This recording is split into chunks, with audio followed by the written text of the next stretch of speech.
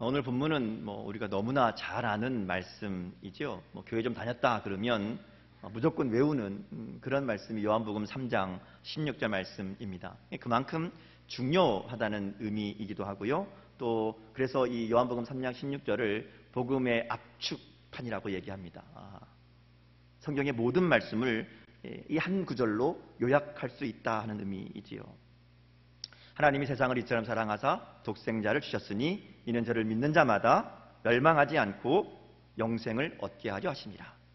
하나님이 우리를 사랑하셔서 예수님을 주셨고 예수님을 믿는 사람은 멸망하지 않고 영생을 얻는다 하는 말씀이죠. 구원의 본질이자 우리의 믿음의 핵심을 잘 설명하는 말씀입니다. 자, 이런 말씀 여러분 다 잘 아시죠? 모르시나요? 처음 들어보셨나요? 다 아는 말씀이니까 자, 여기서 설교를 끝낼까요? 오늘 이렇게 이 구원의 본질, 복음의 핵심은 아주 단순하고 명확합니다. 근데 문제는 우리가 그것을 정말 믿고 있는가 하는 것이죠. 목사님 믿으니까 여기 와 있죠. 그거 믿으니까 예배 드리고 있죠. 이렇게 생각하실지 모르지만 여러분 정말 예수님을 제대로 믿고 있는 게 맞습니까? 그리고 하나님이 주시는 영생을 얻어서 살고 있는가 하는 것이죠. 오늘 말씀을 통해서 우리는 하나님의 사랑을 알고 또 예수님을 믿고 영생을 누리는 그 삶이 무엇인지, 우리는 그렇게 살고 있는지 다시 한번 생각해 보는 그런 시간이 될 수 있기를 주님의 이름으로 축복합니다. 오늘 말씀을 잘 이해하려면요, 이 말씀이 나오게 된 배경을 좀 알아야 돼요. 왜 이 얘기가 나왔는가 하는 것이죠. 오늘 이 요한복음 3장 16절부터 21절까지 말씀을 읽었지만 이 얘기가 나오는 배경은 앞에 있어요. 1절부터 15절까지 말씀을 보면 예수님과 니고데모라는 사람의 대화가 나옵니다. 그러니까 사실 우리가 읽은 16절에서 21절 말씀은 예수님과 니고데모가 이야기를 막 하는 중에 나왔던 한 부분을 우리가 읽은 거죠. 니고데모는 우리가 잘 아는 것처럼 바리새인이고 랍비입니다. 그리고 3장 1절에 보면 유대인의 지도자라고 이야기합니다. 바리새인, 랍비, 유대인의 지도자. 이 얘기는 이 사람이 어떤 사람인가 하는 것을 보여주는 그런 설명입니다. 지도자라는 말은 밑에 보면 그 설명이 있죠. 우리 성경에 보면 이제 숫자가 쓰였고 밑에 보면 설명이 달려있는 경우들이 많이 있어요. 오늘 거기에다 보면 지도자라는 말 앞에 2라는 숫자가 있고 밑에 보면 또는 산헤드린 공회원 이렇게 되어 있죠. 그러니까 이 지도자라는 말이 산헤드린 공회원이라는 얘기인데요. 이 산헤드린 공회원이라는 것은 이스라엘 전체에서 한 70명 정도 되는 지도자들을 의미합니다. 지금 적절한 비유는 아니지만 어쨌든 비교해 보면 국회의원쯤 되는, 그보다 더 중요한, 그러니까 나라의 민족의 가장 정치적으로 중요한 역할을 감당하는 그런 지도자들이라고 할 수 있습니다. 최고의 권위를 가진 사람들이거든요. 그러니까 바리새인이고 또 그가 랍비였다는 것은 그가 종교적으로 또 지식적으로 또 지도자라는 얘기는 정치적으로 매우 높은 위치에 있는 그런 사람이다 하는 겁니다. 자, 근데 그런 사람이 예수님을 찾아왔습니다. 이 모습은 일반적이지 않은 방문입니다. 성경은 그 사람이, 이 니고데모가 밤에 예수께 왔다 이렇게 이야기합니다. 오늘 새벽에도 말씀 나눴지만 밤이라는 데는 여러 가지 의미가 있는데요. 이 표면적인 이유는 아마 사람들을 피해서 사람들 모르게 온 거죠. 성경은 니고데모가 예수님이 행하신 표적, 이 앞에 나오는 표적이 뭐가 있는가 하면 가나의 혼인잔치의 표적이 있고요. 성전에서 이 장사꾼들을 몰아내시는 그 장면들이 쭉 앞에 나와 있었거든요. 그러니까 이 얘기들을 듣고 본 겁니다. 그리고 나서 이분이 정말 하나님의 아들 메시아가 맞나? 하나님의 나라가 오는 것이 맞는가? 이런 궁금증이 생긴 거죠. 그래서 그것이 알고 싶어서 예수님에게 하나님 나라를 오게 하실 그분이 맞는지, 하나님 나라가 정말 오는 것이 맞는지 그것을 물어보려고 찾아왔다 이렇게 이야기하는 겁니다. 그러니까 니고데모는 자신의 위치, 사회적인 지위, 자신의 체면 이런 것들이 깎일 일인 줄 알면서도 확인하고 싶은 거죠. 예수님께 밤에 찾아와서 묻는 겁니다. 예수님도 이런 니고데모의 마음을 알기 때문에 와서 이제 니고데모가 인사하죠. 그럴듯한 말로 당신은 선생님이고, 당신이 하는 일을 보니까 하나님이 함께하지 않으면 할 수 없는 일 같습니다. 당신은 대단합니다. 이렇게 말하자면 인사하는데 예수님이 대뜸 하는 얘기가 야, 거듭나지 않으면 하나님 나라 볼 수 없다. 이렇게 이야기하시는 거거든요. 그 본질을 알려주십니다. 그가 고민하고 있던 것. 하나님 나라는 거듭난 사람만 볼 수 있다. 이렇게 말씀하는 거예요. 이 니고데모가 이해를 못합니다. 이 거듭남이라는 말이 도대체 무슨 말인지 모르겠는 거거든요. 다시 물어봅니다. 주님, 거듭난다는 게 뭡니까? 선생님, 거듭난다는 게 뭡니까? 다시 태어나는 거냐고. 어떻게 엄마 뱃속에 들어갔다가 두 번 나올 수 있냐고. 그러니까 육체적인 두 번 태어남으로 이해한 거죠. 그럴 수 있냐고 이렇게 묻습니다. 그러니까 주님이 야, 거듭남이라는 것은 네가 생각하는 그런 두 번 태어나는 게 아니라 하늘로부터 나는 것이다. 이렇게 알려주십니다. 3절에서 말한 거듭남이라는 말은 거기도 보면 이제 숫자가 있고 표시가 있고 밑에 설명이 있죠. 거듭이라는 말은 두 번이라는 의미도 있고요. 여기에는 위로부터라는 의미도 있습니다. 그러니까 니고데모는 그냥 일반적으로 쓰는 두 번이라는 의미로 이해를 한 거고요. 예수님은 이것을 두 번이 아니라 위로부터라는 의미로 말씀하시는 겁니다. 그래서 다시 한번 알려주시는 거예요. 그래서 5절에 보면 거듭남이 뭐냐, 위로부터 난다는 게 뭐냐를 설명합니다. 물과 성령으로 나는 것이다 이렇게 이야기하죠. 이 물과 성령은 물, 성령 두 가지를 이야기하는 게 아닙니다. 이게 원어를 보면 물과 성령이 한 덩어리로 되어 있는 말이거든요. 그러니까 말하자면 성령으로 거듭나는 것, 위로부터 난다는 얘기는 하나님의 영으로, 하나님의 은혜로 다시 태어나는 것을 의미한다 이렇게 말씀하는 겁니다. 그러니까 거듭남이라는 것은 인간의 깨달음이나 종교적인 행위를 통해서 하나님의 나라를 바라보거나 하나님 나라에 들어갈 수 있는 게 아니다 하는 것을 말씀하는 것이죠. 하나님 나라는 하나님의 능력, 하나님이 베푸시는 은혜, 위로부터 내려오는 하나님의 은혜로만 하나님 나라를 볼 수 있고 들어갈 수 있음을 말씀하시는 그런 내용입니다. 그래서 물과 성령으로 거듭나야 된다라는 말씀은 성령이 우리 안에 임하셔서 우리를 변화시켜야, 그래야 하나님 나라를 볼 수 있다, 들어갈 수 있다 이렇게 말씀하는 것이죠. 그러니까 지금 예수님은 영적인 일을 말씀하는 겁니다.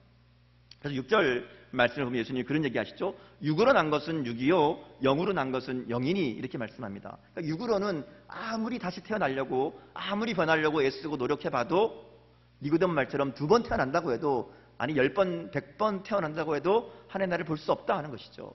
육으로 하는 일은 안 된다는 겁니다. 그럼 어떻게 되느냐? 위로부터 하나님이 주시는 은혜로만 우리가 다시 태어나는, 거듭나는, 다시 말하면 하나님 나라를 볼 수 있는 그런 존재가 될 수 있다 하는 것이죠. 인간이 아무리 애를 쓰고 율법을 철저하게 지키더라도 육으로 한 일이기 때문에 육으로 남을 수밖에 없다는 말씀입니다. 그래서 성령으로 거듭나야 된다 말씀하시는 것이죠. 그러니까 이 거듭남이라는 것은 하나님 나라에 들어가는 것이 인간의 지식이나 또 인간의 어떤 경험이나 인간의 노력으로 인간 자신에게서 시작되는 것이 아니라 위로부터 임하는 하나님의 은혜로 시작된다. 이것을 말씀하는 겁니다. 그래서 이 거듭남은 다시 태어나는 어떤 특별한 방법이 있는 것이 아니라 성령에 의하는 것이기 때문에 그 자세한 내용, 자세한 방법을 설명할 수 없다는 거예요. 다만 결과만 우리가 알 뿐이다. 그게 8절 말씀입니다. 바람이 임의로 불매 내가 그 소리는 들어도 어디서 와서 어디로 가는지 알지 못하나니 성령으로 난 사람도 그러하니라 이렇게 얘기합니다. 성령으로 나야 된다라고 이야기하셨는데 성령으로 난 사람의 모습을 이야기하면서 바람을 이야기합니다. 이 바람과 성령은 헬라어로 같은 단어거든요. 영, 성령, 바람 같은 말인데 주님이 그걸 비유로 얘기하시는 겁니다. 바람이 불면 어떻게 부는지 바람이 보이지 않고 알 수 없지만 바람이 부는 것은 그 바람이 부는 보이는 것으로 그것을 알 수 있는 것처럼 나뭇가지가 흔들리거나 그런 것으로 보고 알 수 있는 것처럼 성령으로 난 것도 어떻게 나는지 그 내용을 이해하고 설명할 수 없지만 거듭난 사람 그 결과를 보면 알 수 있다 하는 것이죠.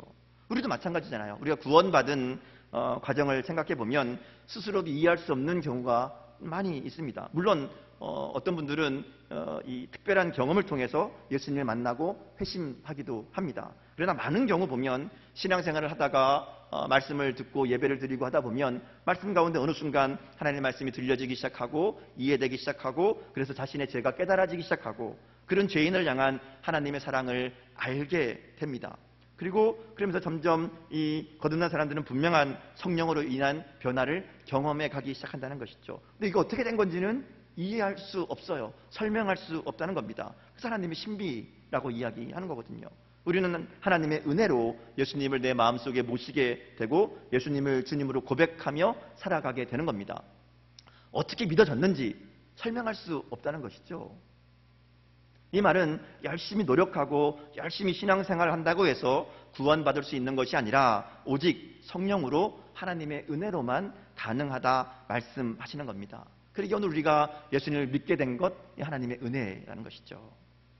근데 이것은 니고데모가 알고 있던 또 생각하고 있던 것과는 완전히 다른 말씀이죠. 니고데모는 율법의 행함으로 하나님 나라에 들어갈 수 있다고 믿고 살았습니다. 바리새인들에게 구원이라는 것은 율법을 잘 준수하는 데서 오는 것이다 이렇게 생각했거든요. 그래서 자기들의 종교적인 열심이나 경건한 모습으로 인해서 구원에 이룰 수 있다라고 생각하고 살아왔는데 지금 주님은 니고데모에게 야 그런 거 아무 소용없다. 아무리 해봐도 육으로 난 것은 육으로 끝나는 거다. 하나님 나라 볼 수 없다. 이렇게 말씀하는 거죠. 그러니까 니고데모가 충격에 빠지는 겁니다. 이게 좀 다시 한번 설명해 주세요. 그래서 위로부터 나는 게 뭐냐? 그럼 위로부터 난다는 게 무슨 의미냐 하는 것을 설명해 주십니다. 광야에서 모세가 든 놋뱀을 본 사람만 살아나게 되었던 사건을 말씀하시죠. 광야에서 하나님 백성들이 이스라엘 백성들이 하나님께 원망하고 불평하죠. 하나님 불뱀을 보내셔서 다 죽게 만드십니다. 이스라엘 백성 난리가 났죠. 그러니까 회개하고 모세한테 찾아와서 어떻게 되냐 살려달라. 막 그러니까 하나님이 모세가 하나님께 기도하니까 하나님이 놋뱀을 만들어서 장대에 높이 매달고 그것을 바라보게 해라. 보는 사람은 살 것이다. 이렇게 말씀하거든요. 여러분 뱀에 물렸는데 약을 바르던가 독을 빼든가 해야지 뱀을 모양을 만들어 놓고 쳐다본다고 낫는다는 것은 말이 안 되는 방법이잖아요. 하나님이 그렇게 하십니다. 하나님은 도무지 말도 안 되는 방법으로 그들을 고치신 거죠.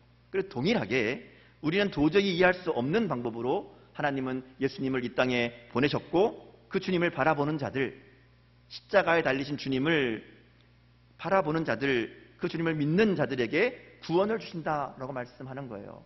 이것이 바로 위를 바라본다, 위로부터 난다라는 말의 의미입니다. 우리는 본성적으로 뭔가를 해야만 내가 뭔가를 얻을 수 있다라고 생각합니다. 뭔가 줘야만 얻는다고 생각하는 것이죠. 왜냐하면 세상이 그런 원리로 돌아가거든요. 세상에 공짜는 없잖아요. 언제나 주고받는 거잖아요. 근데 그것은 세상이 우리를 속이는 말입니다. 정말 중요한 것은, 정말 꼭 필요한 것은 우리가 얻는 게 아니죠. 공짜로 주어지는 겁니다. 당장 우리의 생명은 내가 뭔가를 해서 얻은 게 아니잖아요. 여러분 태어나기 위해서 애쓴 게 있습니까? 여러분 이 땅에 생명을 얻기 위해서 뭔가 하신 게 있으신가요? 아니죠. 그냥 주어진 거죠. 공기도 마찬가지잖아요. 우리가 숨쉬는 이 공기, 우리가 살아가는 이 땅, 모든 것이 우리와 아무 상관없이 그냥 공짜로 주어진 아무 대가 없이 우리가 누리고 있는 것이죠. 그러니까 하나님은 우리에게 정말 중요한 것은 선물로 주신다는 겁니다. 구원도 마찬가지예요. 선물로 주시는 겁니다. 근데 사탄이 자꾸만 그것을 믿지 못하게 만드는 거죠. 뭔가 해야 돼. 뭔가 있어야 돼. 그냥 있는 게 어디 있어. 그래서 이어지는 말씀을 보면요. 이 모든 것이 전적인 하나님의 사랑 때문이다. 우리는 이해할 수 없지만 왜 나에게 이런 일을 이루시는지, 이런 은혜를 주시는지 도무지 이해할 수 없지만 그 이유를 얘기하자면 하나님이 사랑하시기 때문이다.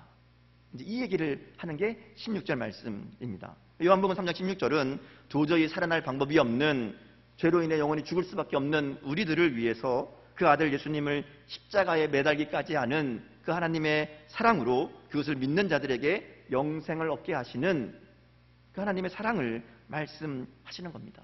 요한복음 3장 16절은 복음의 핵심이자 하나님의 사랑을 가장 잘 표현하는 그런 말씀이라고 할 수 있죠. 우리 구원은 바로 이 하나님의 사랑에서 출발한 겁니다. 그 사랑은 가장 소중한 아들을 주시기까지 우리를 사랑하셨다 이렇게 얘기합니다. 그리고 그 사랑은요, 온 세상을 다 포함합니다. 하나님이 세상을 이처럼 사랑하사 그러시잖아요. 세상이라는 말은요, 하나님 믿는 사람들, 하나님을 사랑하는 사람들, 그들만 이야기하는 게 아닙니다. 여기에는 하나님의 뜻을 저버리는 모든 인간들을 다 포함합니다. 하나님은 세상을 사랑하신다 말씀하는 것이죠. 그것도 이처럼 곧 아들을 주시기까지 사랑하신다 말씀합니다. 그래서 누구든지 그 사랑을 믿으면, 그 아들의 은혜를 믿으면 멸망하지 않고 영생을 얻게 하신다 말씀하는 것이죠. 오늘 말씀은 하나님의 사랑이 무엇인지를 이야기하는 겁니다. 하나님은 우리가 멸망당하기를 원치 않으신다는 거예요. 모든 사람들이 영생을 얻기를 원하십니다. 그래서 하나님의 아들, 가장 소중한 예수님을 우리를 위해 내어주신 겁니다. 그리고 그 사랑 때문에 우리가 영생을 얻게 된 것이죠. 우리가 아직 죄인 되었을 때에, 우리가 하나님의 뜻을 저버리고 하나님과 상관없는 삶을 살아가고 있을 때에 이미 하나님은 우리를 위해서 가장 소중한 존재인 예수님을 우리를 위해 내어주신 겁니다. 그래서 이걸 믿는 자, 곧 이 사랑을 아는 사람, 이 사랑에 응답하는 사람에게는 영생을 주신다, 약속하신다는 것이죠. 자, 그럼 믿는다는 게 뭘까? 이 예수님을 믿는 자, 믿는 자마다 영생을 얻게 하려 하신다. 이는 그를 믿는 자마다 멸망하지 않고 영생을 얻게 하려 하십니다. 15절, 16절 반복해서 이야기하죠. 이 믿는다는 게 뭘까? 이 요한복음에서 이 믿는다는 말이 굉장히 많이 나오거든요. 이 믿는다라는 말은 아주 중요한 개념인데요. 한마디로 얘기하면 계속적이라는 의미를 가지고 있습니다. 그러니까 이 믿음이라는 것은 어느 한순간 한 사건에 믿습니다라고 하는 것으로 끝나는 게 아니라는 것이죠. 계속해서 그 상태를 유지한다라는 의미입니다. 하나님의 사랑을 알기에 그 사랑에 합당하게 살아가는 삶이라고 말할 수 있습니다. 믿음이 계속되는 것. 그래서 이어지는 18절에서 21절까지 말씀을 보면 믿는다는 것을 설명합니다. 그동안 자신이 살던 어둠의 길을 벗어나서 주님을 따르는 삶, 곧 빛으로 나아오는 삶이라고 말씀하는 것이죠.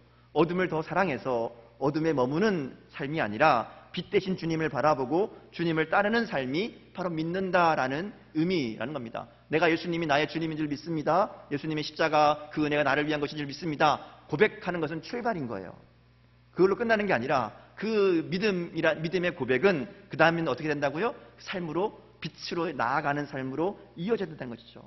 이전과는 다른 삶으로, 새로운 존재로 주인이 바뀌는 삶을 살아가는 게 믿는다라는 말의 의미입니다. 자, 그럼 영생은 뭘까요? 하나님의 사랑이 있어요. 그 사랑을 우리가 믿으면 그 다음 주는 게 영생이잖아요. 영생이라는 것은 하나님이 우리가 예수님 믿을 때에 하나님의 전적인 사랑을 우리가 믿을 때에 주시는 것이라고 얘기했는데 이 영생이 과연 뭘까 하는 것이죠. 여러분, 영생을 뭐라고 생각하십니까? 영생, 우리가 구원받으면 영생을 얻었다라고 얘기하잖아요. 많은 사람들이 영생 그러면 말 그대로 영원히 사는 것이라고 생각합니다. 영원히 사는 것, 죽지 않는 것, 망하지 않는 것, 말 그대로 하면 그런 의미죠. 근데 여러분 생각해 보세요. 영원히 안 죽고 오래 살면 그게 무슨 의미가 있습니까? 그냥 영원히 존재하는 것 자체는 아무런 의미가 없습니다. 그 영생의 의미는요, 내가 영원히 존재한다, 죽지 않는다라는 의미가 아니라 영생이라는 말에는 하나님과 함께 한다라는 의미가 있는 겁니다. 영원하신 하나님, 처음부터 끝까지, 처음과 끝이 없으신 그 영원하신 하나님과 내가 함께 한다. 하나님의 생명 안에 머문다. 그것이 영생의 의미입니다. 그래서 영생은 죽은 이후에 하나님 나라에 가서 하나님과 사는 것, 이것만 얘기하는 게 아닙니다. 지금 이 땅에서도 하나님과 우리가 연결되어 있으면, 하나님을 만나고 하나님과 함께하면 누리는 것이 영생이지요. 영원하신 하나님의 사랑 안에 살아가는 삶, 그게 바로 영생이라고 할 수 있습니다. 그래서 17절 말씀을 보면요, 이렇게 얘기하죠. 하나님이 그 아들을 보내신 것은 세상을 심판하려 하심이 아니라 세상이 구원을 받게 하려 하심이다, 이렇게 말씀합니다. 여기서 구원이라는 말이 소조라는 단어인데요, 여기에는 위험이나 파괴로부터 구한다, 이런 뜻이 있어요. 근데 여기 보면 또 다른 의미가 있는데요, 위험이나 파괴되는, 망하는 것에서부터 건져내는, 구하는, 회복하는, 고치는, 이런 의미가 있거든요. 그러니까 예수님께서 죄로 인해서 망가지고 단절된 하나님과 우리의 관계를 고치시기 위해서 이 땅에 오셨다 하는 겁니다. 하나님과 단절된 관계를 회복하기 위해 오셨다는 것이죠. 그것이 구원이라고 이야기합니다. 우리를 하나님과 함께 살아갈 수 있는 존재로 치유하고 온전하게 하고 거룩하게 하기 위해서 이 땅에 오셨다는 것이죠. 그래서 구원받은 사람이라는 말은, 영생을 얻은 사람이라는 말은 하나님을 만나고 하나님과 교제할 수 있게 된 사람이라는 의미입니다. 하나님을 사랑하고 하나님께 응답할 수 있게 된 것이죠. 이것이 구원받은 삶이고 영생을 얻은 삶이라는 겁니다. 여러분, 예수님을 믿고 구원받고 영생을 얻으셨습니까? 그럼 여러분의 삶 속에 하나님과 함께하는 영원한 생명 되시는 하나님의 사랑 안에 머무는 그런 기쁨과 감사와 감격이 있습니까? 여러분, 구원받은 사람, 영생을 누리는 삶의 특징은 은혜를 아는 겁니다. 내가 구원받았구나, 내가 영생을 얻었구나 하는 것은 내가 이 하나님의 놀라운 사랑을 받았고 그 사랑으로 내가 하나님과 함께 할 수 있게 되었구나, 이것을 아는 것이죠. 그러기에 하나님의 크고 놀라운 사랑을 깨달은 사람에게는 그 삶에 감사와 감격이 있습니다. 날마다 모든 순간이 경탄과 경의로 가득 차 있습니다. 왜요? 하나님의 사랑을 알기 때문입니다. 나 같은 사람을 사랑하셔서 독생자 예수님을 보내주시고 죽기까지 나를 사랑하신 그 사랑을 내가 알기 때문에 그저 감사하고 감격할 수밖에 없다는 것이죠. 여러분, 오늘 아침에 일어나시면서 어떤 마음으로 일어나셨습니까? 하나님 감사합니다. 오늘도 나에게 귀한 생명, 새로운 하루를 주셔서 오늘도 하나님의 사랑을 알고 그 사랑 안에 살아가게 하시는 것 감사합니다. 나에게 이런 날을 주시다니요. 그런 감사와 감격으로 시작하셨습니까? 그것이 영생을 누리는 사람의 모습이라는 것이죠. 왜냐하면 하나님의 사랑을 알기 때문에. 우리는 요한복음 3장 16절 잘 알고 외웁니다. 근데 정말 그 말씀 속에 담겨있는 하나님의 사랑을 내가 깊이 알고 있는지, 그 하나님의 사랑을 내가 믿고 따르고 있는지, 그래서 하나님이 주시는 영생을 누리고 있는지 오늘 우리의 믿음을 돌아봐야 됩니다.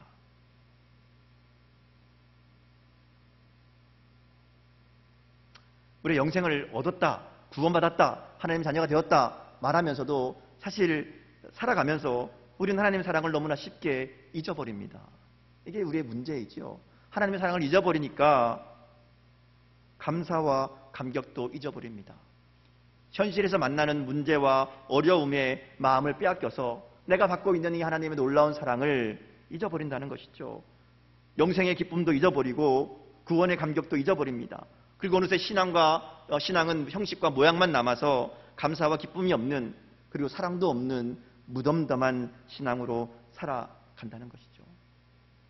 오늘 주님은 우리 가운데 이 주님의 사랑을 다시 한번 회복하기를 원하십니다.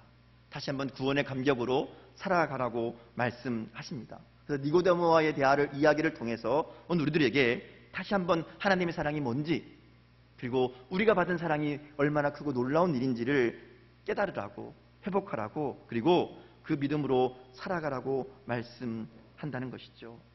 오늘 십자가의 은혜와 사랑을 잊어버리는 것은 아닌지 우리의 삶을 돌아볼 수 있기를 원합니다. 오늘을 살아가는 삶에 지쳐서 또 하나님과 교제하는 일에 게을러서 혹은 바쁘게 살다 보니까 마음의 여유를 잊어버려서, 그리고 닫아버려서 주님의 사랑을 잊어버린 것은 아닌지, 어쩌면 그래서 우리의 삶이 더 메마르고 힘이 없고 기쁨이 없는 것은 아닌지, 오늘 우리를 이처럼 사랑하신다고 말씀하시는 그 하나님의 음성을 통해서 다시 한번 나를 향한 하나님의 사랑이 회복되는 그 은혜가 저와 여러분에게 있기를 주님의 이름으로 축복합니다. 오늘 본문에 보면 예수님의 말씀을 듣고 또 잘 이해하지 못하고 고민하는 니고데모의 모습이 있습니다. 그런데요, 요한복음은요, 니고데모의 또 다른 이야기를 요한복음 19장에서 들려줍니다.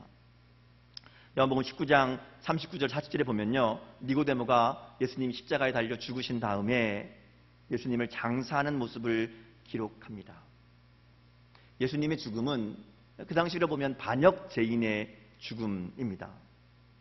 그런데 니고데모는 아리마대 요셉과 함께 예수님의 장례를 치릅니다. 사실 자기의 모든 것을 다 잃어버릴 수도 있는 위태로운 상황입니다. 예수님과 한편으로 몰리면 자기도 자기가 누리고 있던 모든 것들을 한순간에 날려버릴 수 있는 그런 상황이죠. 주님을 따르던 제자들조차도 다 버리고 도망갔는데 그 순간 나선 사람이 니고데모입니다. 이것은 분명히 니고데모의 삶에 변화가 일어났다는 것을 보여주는 사건이지요. 어두운 밤에 주님을 찾아왔던 니고데모는 오늘 본문 21절 말씀처럼 이제 빛으로 나온 겁니다. 예수님이 이 말씀을 듣고 가면서 얼마나 많은 고민과 생각이 있었겠습니까? 그리고 예수님의 십자가의 사건, 내가 다 이루었다. 그리고 예수님을 바라보는 자들에게는 영생을 주신다는 이 말씀이 그의 삶을 바꾼 것이죠. 그래서 진리를 따르는 하나님을 믿는 자로 살아갈 것을 분명하게 보여주는 모습이 그가 요한복음 19장에서 보여주는 모습입니다. 미켈란젤로라는 유명한 화가가 있죠. 미켈란젤로가 그린 그림 중에 십자가에서 내리시는 그리스도라는 작품이 있습니다. 이 작품의 주인공이 바로 니고데모인데요. 그림을 좀 보여주시죠. 네, 이 그림입니다. 여기 보면 붉은 옷을 입고 예수님의 다리를 붙잡고 있는 사람이 니고데모입니다. 근데요, 이 니고데모의 그림을 잘 보면 니고데모의 시선이 아주 독특합니다. 이렇게 보이시죠? 니고데모가 앞을 보고 있습니다. 정면을 바라보고 있죠. 그림을 보는 사람을 보고 있는 겁니다. 마치 니고데모가 우리를 향해 이렇게 말하는 것 같습니다. 야, 너 봤지? 예수님이 이렇게 너를 위해 돌아가셨어. 우리에게 질문하는 그런 눈빛이라는 것이죠. 여러분은 어디에 서 있습니까? 하나님이 이처럼의 사랑으로 구원받아 영생을 얻게 되었음에도 불구하고 여전히 우리의 삶은 세상 기준을 따라 어두움 가운데 살고 있는 것은 아닌가 하는 것이죠. 니고데모도 그랬어요. 그러나 그는 십자가 앞에서 그의 인생이 바뀌고요, 그의 삶의 목적이 바뀌고 추구하는 것이 달라졌다는 것이죠. 그럼 오늘 우리는 예수님의 은혜, 예수님의 십자가의 사랑으로 구원받았다고 고백하고 말하면서 우리의 삶은 그럼 달라지고 있는가? 그 은혜를 알고 감사하고 감격하고 그러기에 그 은혜 때문에 이전의 어둠의 일을 벗어버리고 빛으로 나아가는, 주님을 바라보며 주님을 닮아가는 삶을 살아가고 있는가 하는 것이죠. 참 감사한 것은 하나님 우리의 연약함을 아시는 분이라는 것이죠. 하나님, 우리 주님 뭐라고 하시는가 하면 하나님은 심판이 아니라 구원을 위해서 예수님을 이 땅에 보내주셨다라고 말씀합니다. 예수님 우리의 연약함, 우리의 실수 이해하시고 믿어주시는 분입니다. 우리가 완전하기를 원하시는 분이 아니에요. 언제든지 넘어지더라도 실패하더라도 또 잘못 세상을 향해 나가더라도 다시 한번 주님을 바라보는 사람, 주님을 찾는 사람이 되기를 원하신다는 것이죠. 그것이 빛을 바라보는 삶이고 진리를 따르는 삶이라고 할 수 있습니다. 오늘 말씀을 통해 다시 한번 우리가 주님의 빛을 바라볼 수 있기를 원합니다. 우리의 모습이 부끄러워도 연약해도 다시 한번 주님을 바라볼 때 주님의 치유가 우리 가운데 시작될 줄 믿습니다. 우리를 위해 베푸신 그 크신 하나님의 사랑을 지금도 우리가 받고 있음을 기억하고 그 사랑에 감사하며 감격하며 오늘도 누군가에게 이 사랑, 이 구원의 기쁨을 감격을 전하는 그런 저와 여러분의 복된 삶이 될 수 있기를 주님의 이름으로 축복합니다. 기도하겠습니다.